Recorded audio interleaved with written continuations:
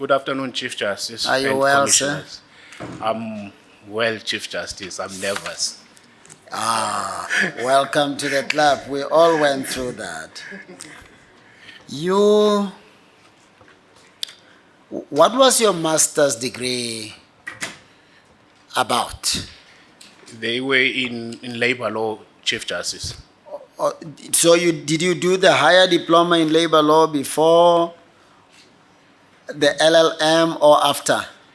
Chief Justice, I started with the higher diploma in labor law. Thereafter, I proceeded to do my master's in labor law. Oh, so you enjoyed it and you decided to take it to a higher level? Indeed, so, Chief Justice. Okay. Now tell us about your role at the bank. What were you doing at ABSA? While I was studying my LLB part-time, the ABSA position was to take care of the financial side of things. Yes. Because the LLB was offered part-time. Okay. And from 1998, you've been an advocate. Indeed, so, Chief Justice.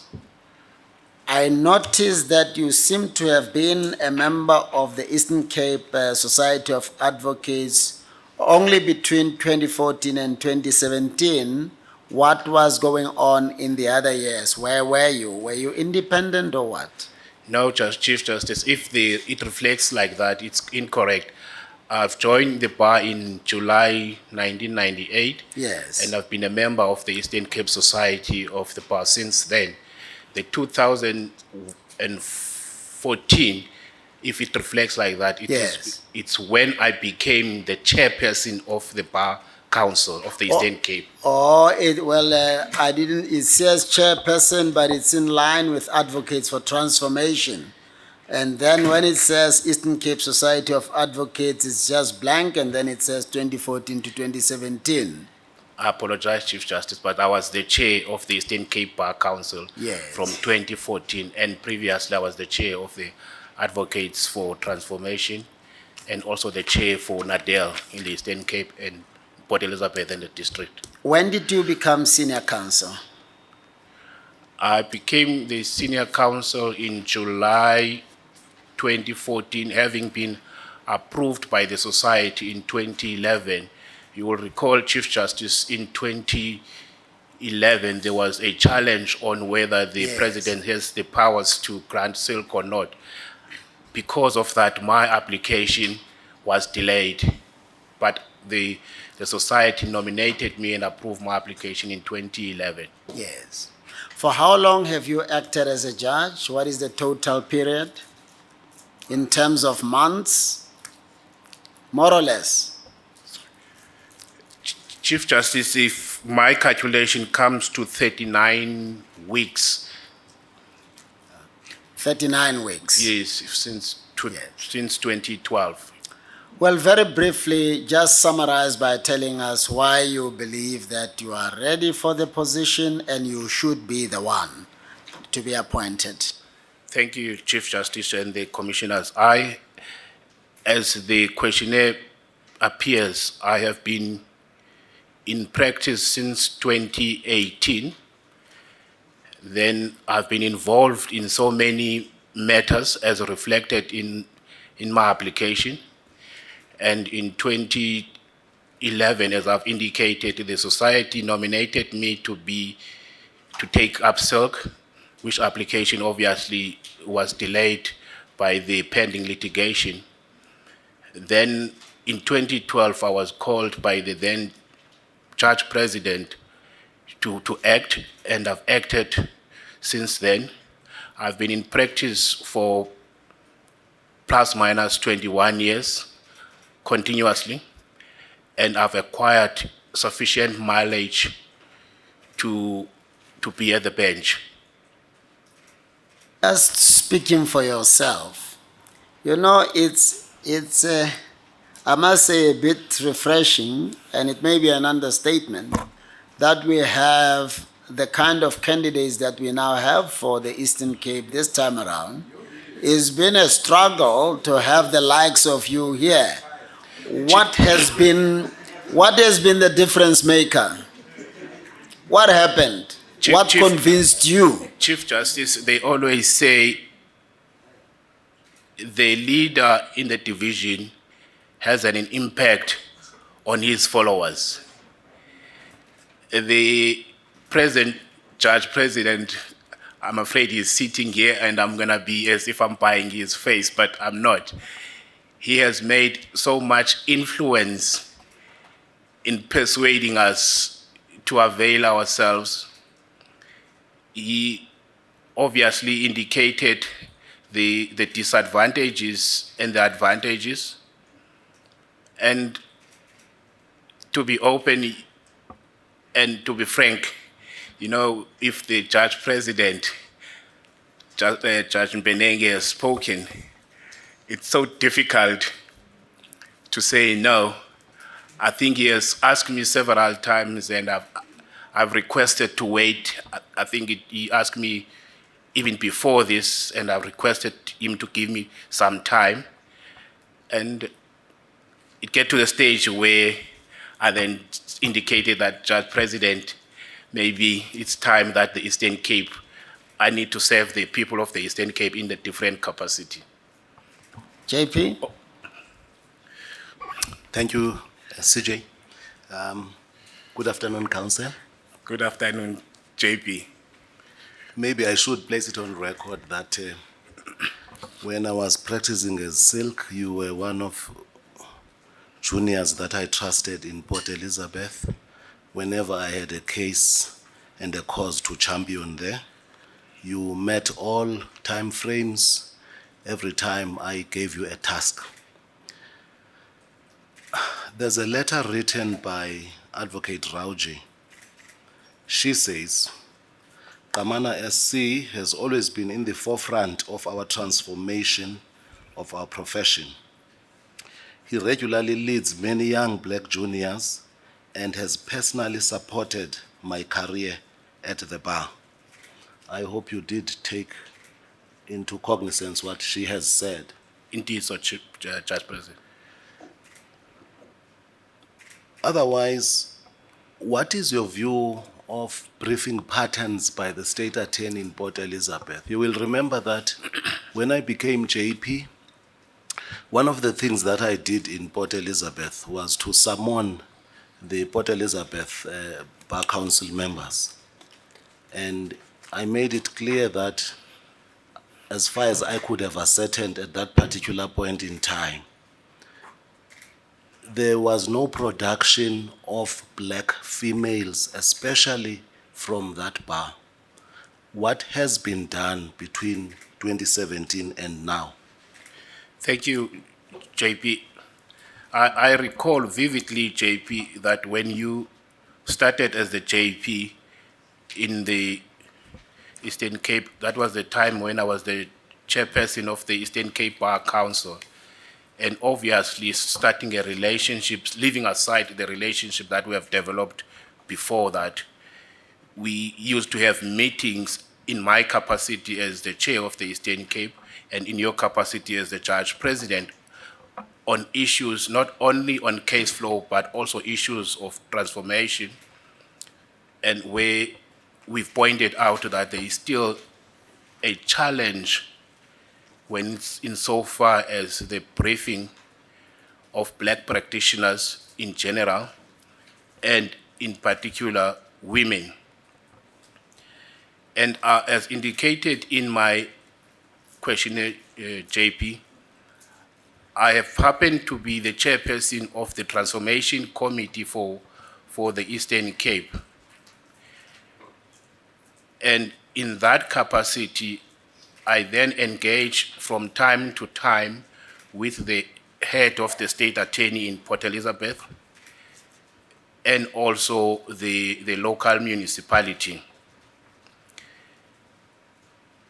Policies for briefing patterns are there. Chief Justice, I'm not sure whether there's reluctancy in the implementation of the policies.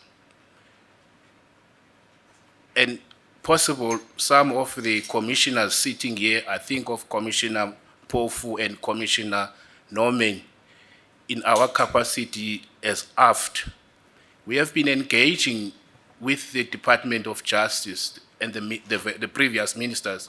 We have not, I don't think so this year, we have engaged with the current minister on issues of briefing pattern. And it goes without saying, JP, that if black practitioners, and in particular women, are not given the opportunity, are not briefed enough, the potential of sharpening their skills will always be a challenge. In my personal capacity and in my engagement with the state attorney, I've always raised this.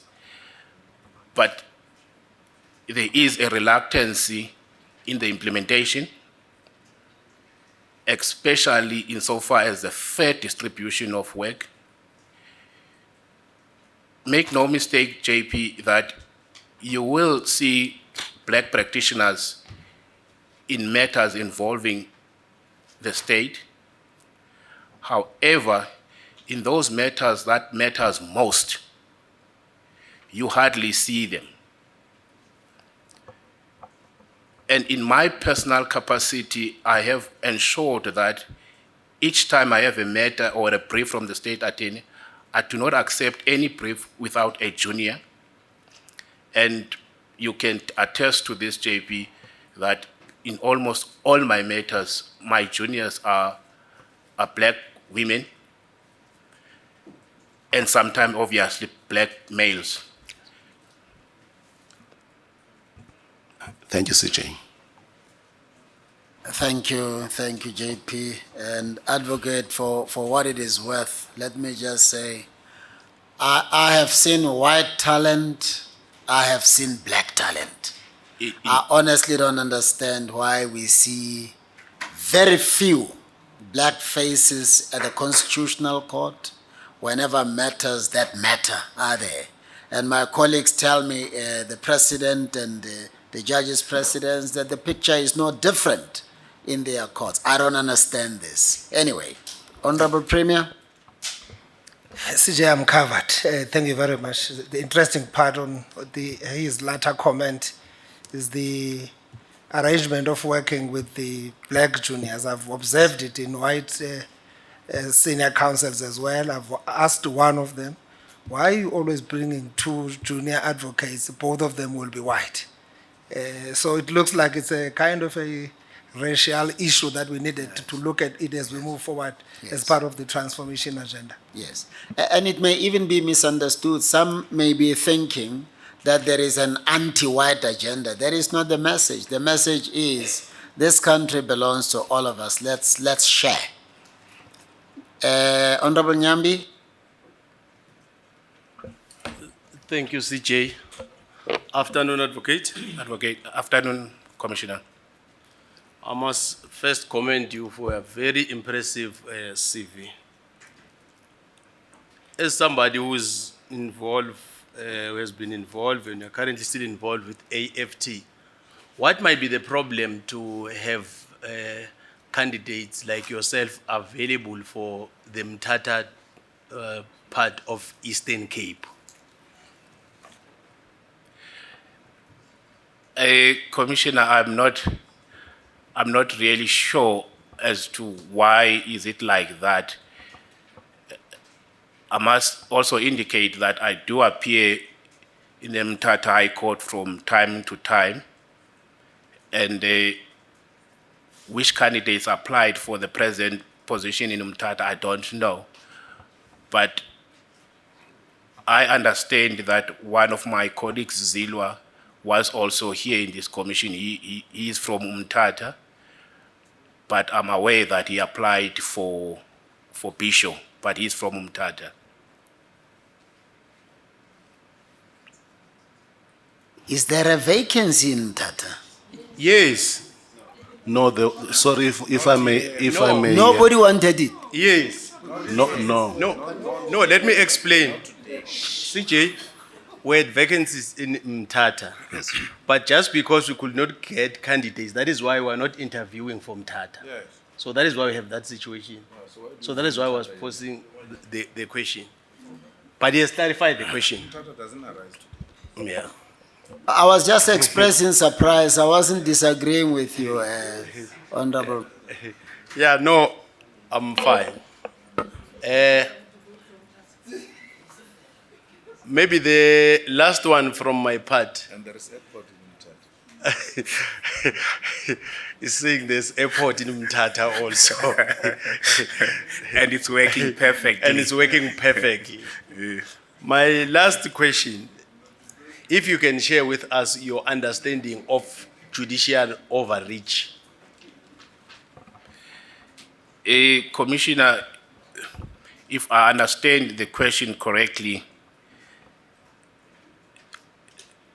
and if I'm missing the question, please indicate so. The duty of the judge is to deal and decide with the matter before him or her. And it's not the duty of the judge to transgress on political issues, unless obviously the political issue is an issue before him. Otherwise, it will amount to what you're calling it, judicial overreach. Thanks, Advocate. Thank you, CJ. Thank you. Is that Follow-up, follow-up? Yes, CJ. please. Can the judges ask the president to give reasons why he removed a minister? It was a subject matter of a case before Court Commissioner Malema, and a judgment was given by the Constitutional Court in that regard. No, we sidestep the issue. For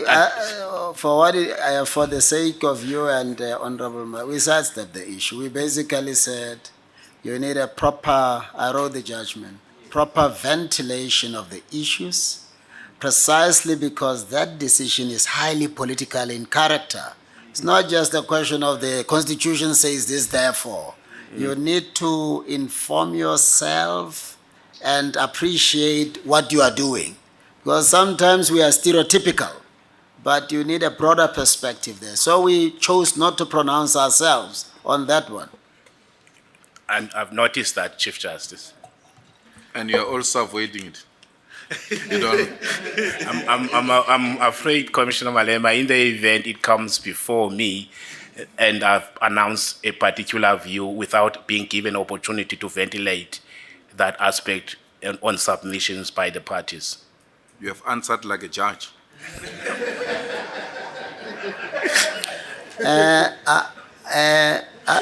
Councillor, I'm not too sure what your answer was because I may have been distracted by other things.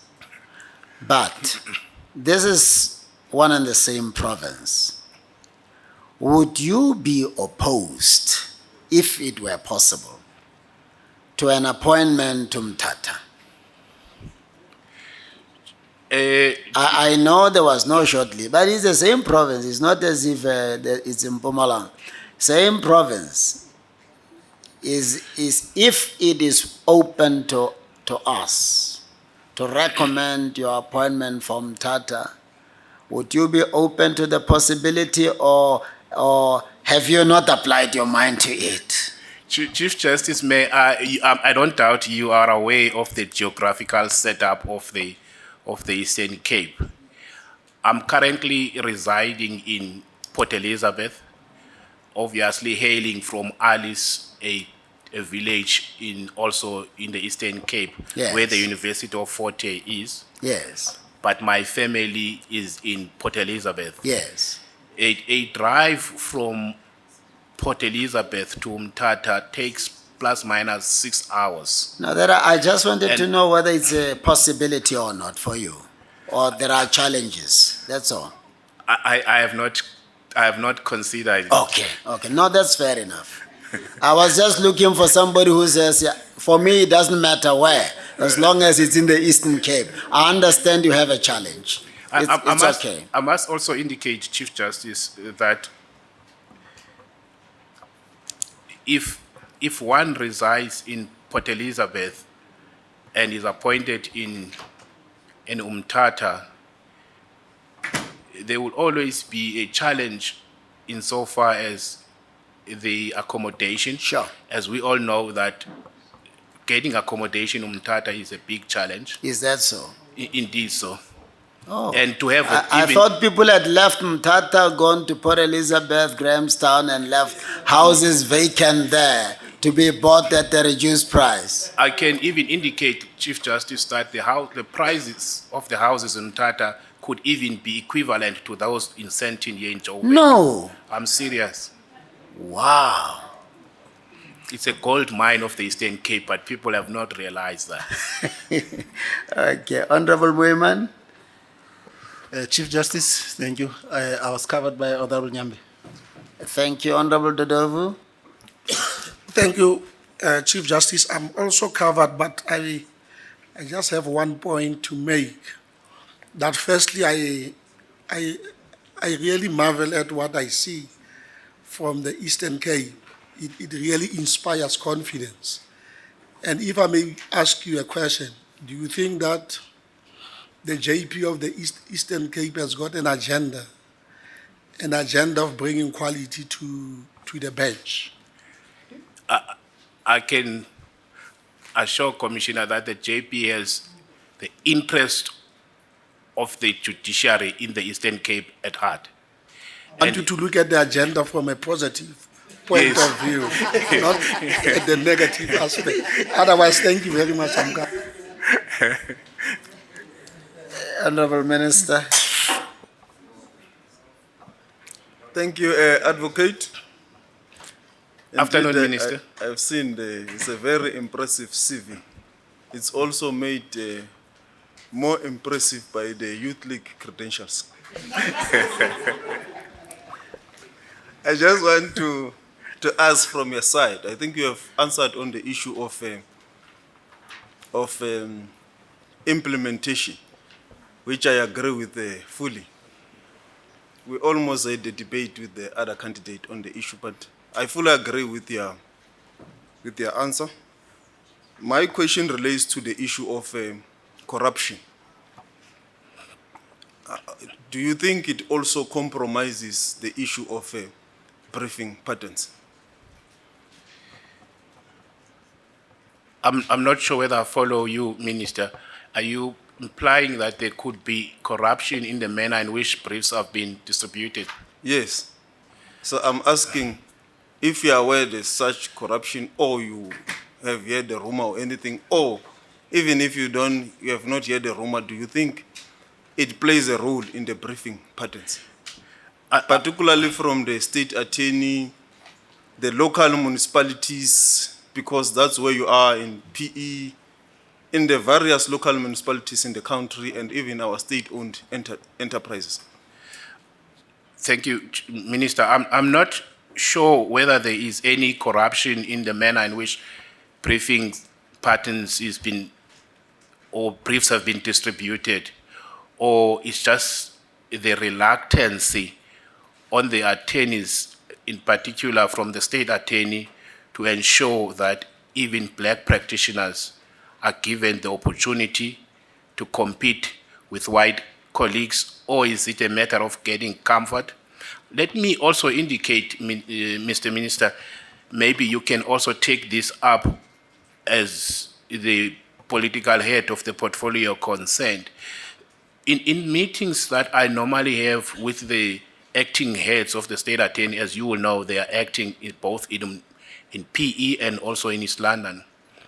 There is always an indication that the legal advisors from the departments or various departments also plays an influential role insofar as who to be briefed in the matter.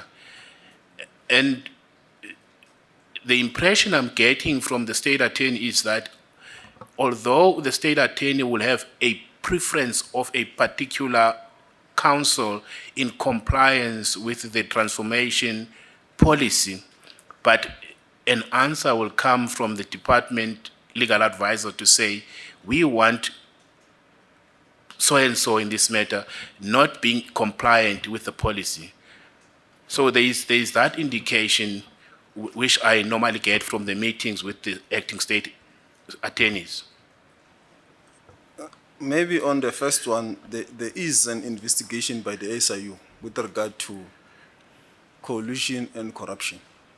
On the last point you have just raised, how do you think we should remodel the office of the state attorney or government briefing to avoid the situation where legal advisors or sometimes even political heads like ministers or mayors instructing that no, we don't want this one, we prefer this white senior counsel or another black counsel, despite the judgment of the office of the state attorney?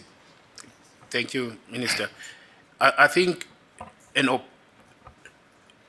should be a monitoring process.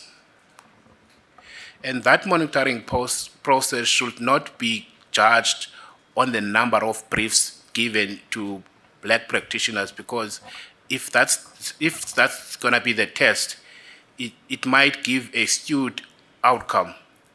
You will find that insofar as numbers and the stats, it might indicate and shows that black practitioners are being briefed. But when it comes to the actual budget allocated and the actual fees and involved, then you will notice that the type of work given to our white colleagues far outweighs what is given to the black practitioners. You will see, for instance, if I look at PE, you will find that briefs will be given to junior practitioners, women, to attend regional court in Somerset East and so forth. So when you look at numbers, it might appear as being correct, but those matters that matters the most, they do not go to black practitioners. On the part of the cost and the budget, I have asked from the office of the state attorney, because they do publish in their website the issue of who they've briefed and so forth, which you are raising that it could reflect some skewed kind of, because it doesn't reflect the budget. So I asked them, why don't you also publish the budget or the amount that you have paid to these councils? Their response was that the profession does not want them to publish the amounts paid to the various. Will you be open to whatever amount that you are being paid to, for it to be published? One of the issues I'm currently dealing with includes the current commissions of inquiries, where some of the practitioners do not really want to reveal how much we are paying them for. As long as that is left to the practitioners, truth will not come out. The policy should indicate that the amounts paid to practitioners must be reflected. Otherwise, we will always hide behind that. So insofar as, if you're asking me personally, yes, I'll be available and willing that the fees that I have charged and been paid by the state to be made public. That's public money. Thank you. Thank you, Mr. Commissioner Mpofu. Thank you. Good afternoon, SC. Good afternoon, Commissioner Mpofu. How are you? I'm doing okay, and how are you doing, Mr. No, good to see you again. Yeah, no, I'll ask you almost the same questions I asked another candidate. Firstly, more particularly in your case, you know, the juniors in PE speak so well of you and your leadership there. And is there another black SC there?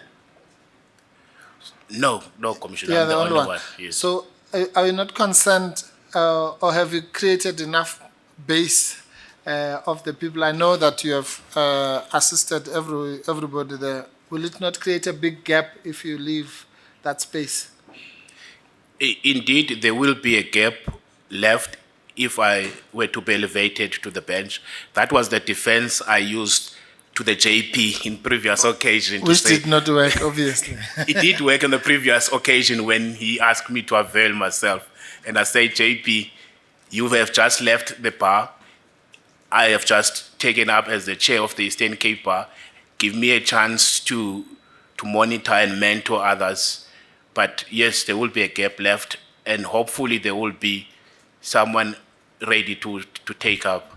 You are welcome to come back home as well. So as Commissioner Norman. We are deploying him to Mtata. Yeah, I think there's a sinister reason why the minister wants me to be banished. Thank you. No, the second issue is this transformation thing we've spoken about. You, as you've indicated, ad nauseum. But just to illustrate the issue, if I've just done a quick desktop research here, which says that there are 38 government departments, more than 50 provincial departments, 278 municipalities, more than 700 SOEs in this country. If all the state institutions were to use black advocates to do their work, even 50% of their work, would we have enough black advocates in this country to do that work? Are you suggesting that I'm saying if they were doing the right thing, would we even have enough people to do all that work? Indeed, so Commissioner Mpofu, in fact, even those that are reluctant to come to the bar might then see there is indeed an opportunity at the bar, because as you possibly know, we will then train members as pupils. They will pass within a year or two, they will leave again because they can't sustain their practice. But the suggestion that you have, if it were to be implemented, there will even be more that will come to the bar. Yes, and we would be able to attract more talent and to release people like you without leaving big gaps in those divisions. Indeed so. Thank you. Thank you, Chief Justice. Thank you, SC. Commissioner Nkosi Thomas. Thank you, Chief Justice. Good afternoon. Good afternoon to you, sir. Good afternoon, Commissioner. Yes, well, we're taking advantage of your being here in order to help us with this transformation project, because as you know, we've been grappling for the past 20 odd years with it. We don't seem to be winning. So it appears to be the case that the state attorney does give Black Council work. But the question is that of quality. And you suggesting that a disclosure of the amounts of money spent on these cases could be used as a tool to monitor compliance with the policy. But if I were to suggest to you that a more structured approach that applies a strategy that I call a high rotation strategy. In other words, you hive off tax as a specialization, trade and investment as a specialization, competition law as a specialization, and you identify talent. And then you do what I call high rotation. Obviously, you will start off, the first brief will land on a not so fertile ground. So you make provision for hiccups, but you don't give the one brief and say, you didn't do well, I'm not coming back to you. You make provision to say, it's a progressive realization of an aspiration. Then you come back with the second one, third one. So it's specialized, same people, high rotation, in a focused way. Wouldn't that sort of structured approach take us somewhere, as opposed to this that appears to be a haphazard implementation of some policy? I'm just inviting you to perhaps assist us on this one. Indeed, Commissioner, that will also be of great assistance because when people are given the opportunity to be exposed in a particular field, then may I go back and say, said as it is, it's always quick to judge a black practitioner. He gets the first matter, he doesn't do it well, not only because he didn't do it well, but possible the facts were against him. But he will be judged immediately on the basis of incompetence. But the same does not apply if it's a white colleague. So if the suggestions that you have could be also implemented by the various departments, that will also work well, because this defense or excuse of lack of skills will not be there, obviously gradually. To reinforce what both of you are saying, at the meeting of the heads of the arms of the state, I raised this issue, and a particular arm embraced it and caused one advocate to be briefed just once. The person did not impress them because the person was basically thrown into the deep end. I remember in a subsequent meeting, one of those heads of the arms who will remain unnamed, calling in our prayer,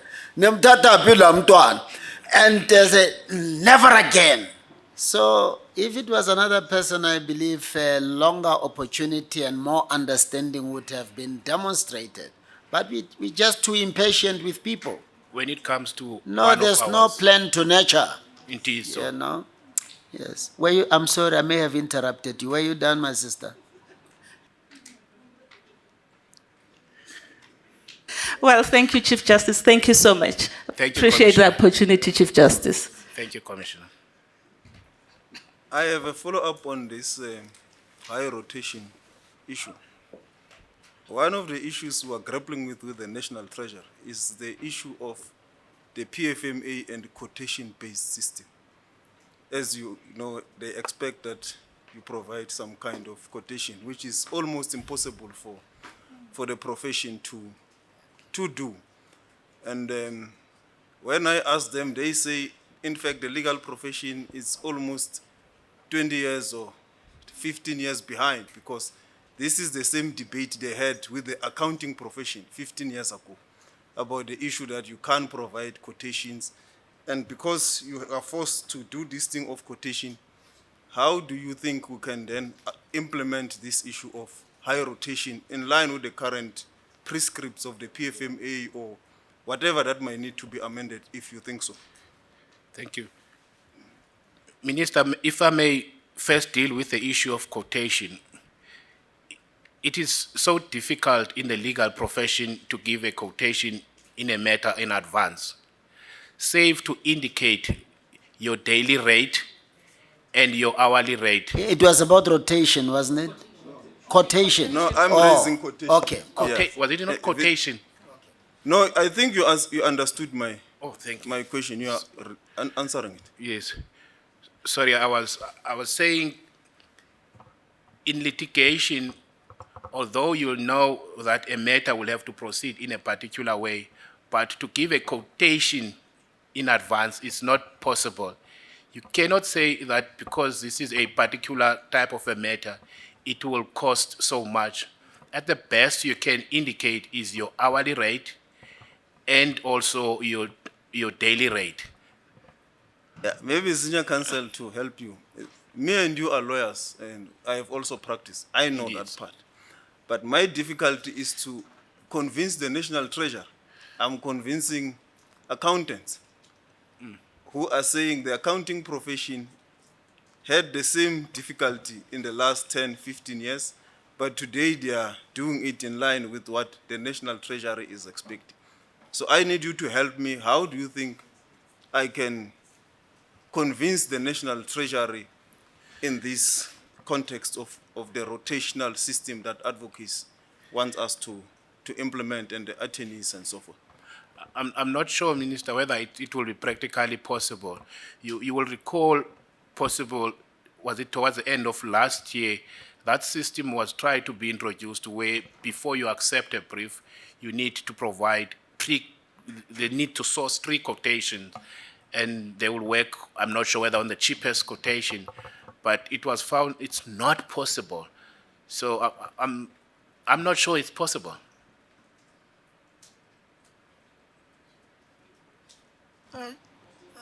Yes, sir.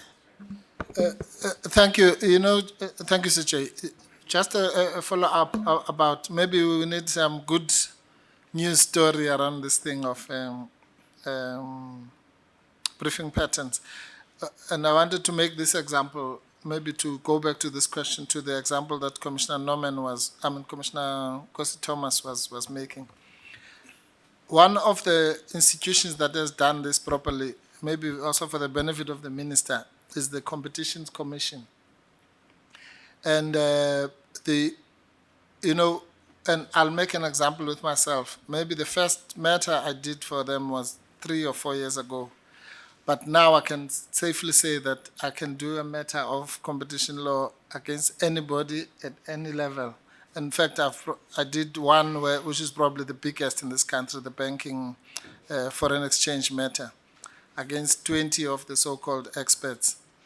And another matter which went to the Constitutional Court, they even entrusted an unknown legal firm to be my instructing attorney called Lamola Attorneys. Yeah. I think maybe, Chief Justice, we're not trying to be dialoguing. I just want to inform Advocate Mpofu that indeed it's true, the Competition Commission has done its best. But they are grappling with the same thing now because the AG has said find some irregular issues with the manner in which they have appointed the advocates and all that. So that is the question I think maybe the profession will help us to pass the hurdle. I have no doubt that, Minister, in our capacity as AFT, and I've got the AFT executive also part of the members of the commission, that aspect will be looked at. Thank you, Sir Chair. Thank you, my brother. JP, you're the last. Or were you just scratching yourself some time back? I thought, Commissioner Norman, did I not give you a chance? Oh, okay. Oh, JP, I assume I was mistaken. Okay, you are the last then, Commissioner Norman. Good afternoon, Council. Good afternoon. Yes, I also declare that I know you from the Eastern Cape. I think there's a mistake on the dates on when you delivered some of the judgments. In fact, the one date appears at page 41. Page 41 of... Yes, of, I'm sorry. Book 1. On the shortlist bundle, it will be October 2019 shortlist book 1 of 1. Page? Page 41. Under your, yeah, you'll have a divider that's got your name on there. Okay.